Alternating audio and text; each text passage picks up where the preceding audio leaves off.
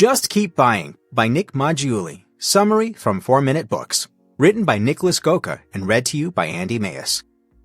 One-sentence summary. Just Keep Buying will help you answer the big questions about saving and investing money with clever stories and interesting data, all while acknowledging that your needs and desires will change throughout your life and that, therefore, your financial behavior will have to do the same.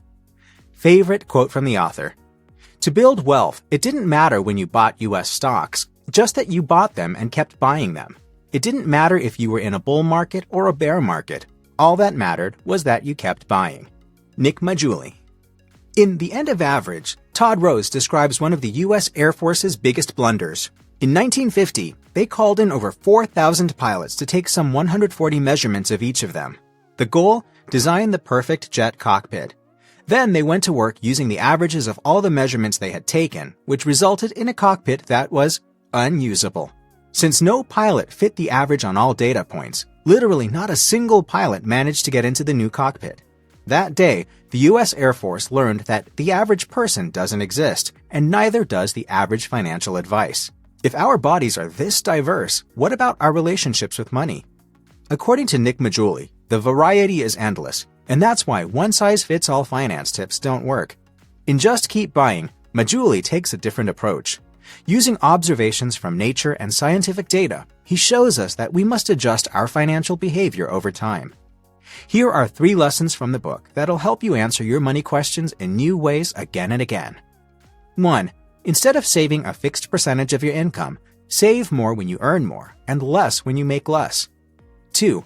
The best way to save more is to earn more, not cut expenses to the point of being miserable. 3. The real question money forces us to answer is what's important to us in life. Ready to overhaul some outdated financial knowledge? Let's see what's behind the idea to just keep buying. Lesson 1. Abandon a fixed saving rate in favor of saving what you can when you can. The Dolly Varden trout, an Alaskan fish species, puzzled biologists for decades. Despite only having a brief window of plentiful food each year, when salmon laid eggs in their waters, the fish continued to thrive year-round.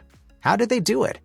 Eventually, scientists discovered that the fish shrink and grow their digestive organs depending on food availability. When the salmon showed up, they speed up their metabolism so they can take in more calories.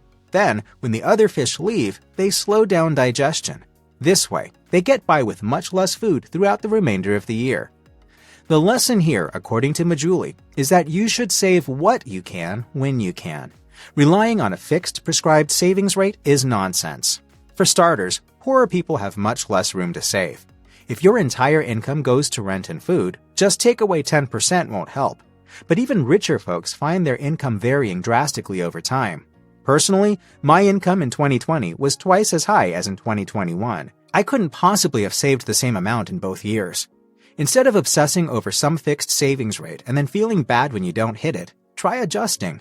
When things are going well, put away a little more for gloomier times. And when times are tough, know that it's okay to spend more on taking care of yourself and your family right now. Lesson 2. Grow your income instead of cutting costs until you're miserable. As a crypto investor, I've made a classic mistake. I got carried away in the bull market. When my assets went up, I focused more on managing my assets. I moved money around from position A into position B with no effect. I worked less and spent more time looking at market news. Of course, when the music stopped, my portfolio went down just the same as everyone else's. What I should have done, according to trader and investor Carter Thomas, is leave the market alone, just like in a bear market.